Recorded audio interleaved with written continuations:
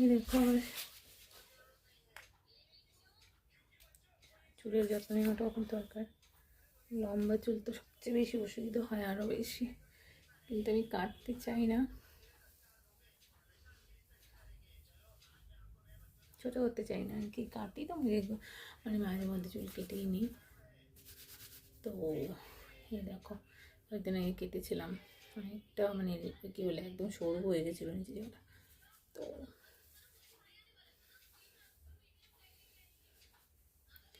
এইভাবে এভাবে করে না পুরো স্ক্যাল্পে যদি ম্যাসাজ করে এভাবে দেওয়া যায় খুব ভালো।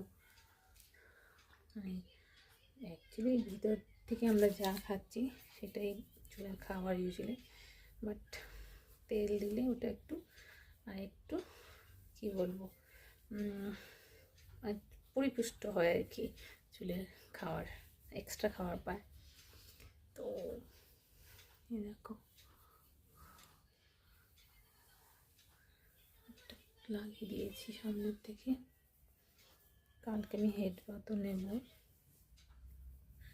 সপ্তাহে যারা বাড়িতে থাকো অ্যাটলিস্ট চেষ্টা করবে 2 থেকে 3 দিন শ্যাম্পু দিয়ে মানে হেড বাথ নিতে।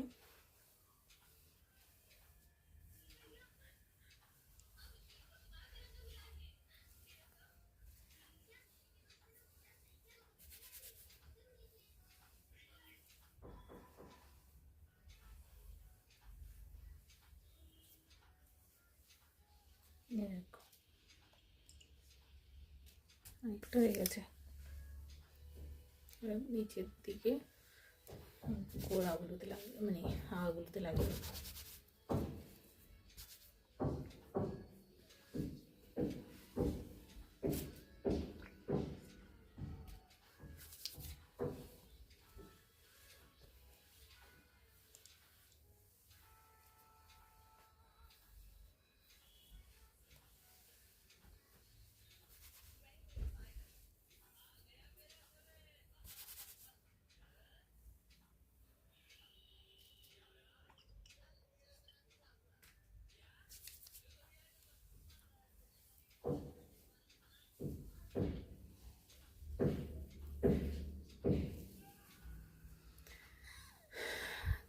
তো হয়ে গেছে, দেখো লুকই চেঞ্জ হয়ে যায় তেল লাগানোর পরে চেহারার। তো আমি উইকলি অ্যাটলিস্ট 2 থেকে 3 বার তেল তো মানে 2 থেকে 3 বার ভালোভাবে লাগাই। আর ইউজুয়ালি আমি মাথার মানে তালুতে বেশিরভাগই তেল লাগে আর কি, কারণ কি মাথাটা ভালো ঠান্ডাও থাকে আর দরকারও আছে চুলের জন্য তেলটা। তো দেখো হয়ে গেল আমার চুলের তেল লাগানো, অনেকটা হয়ে গেছে।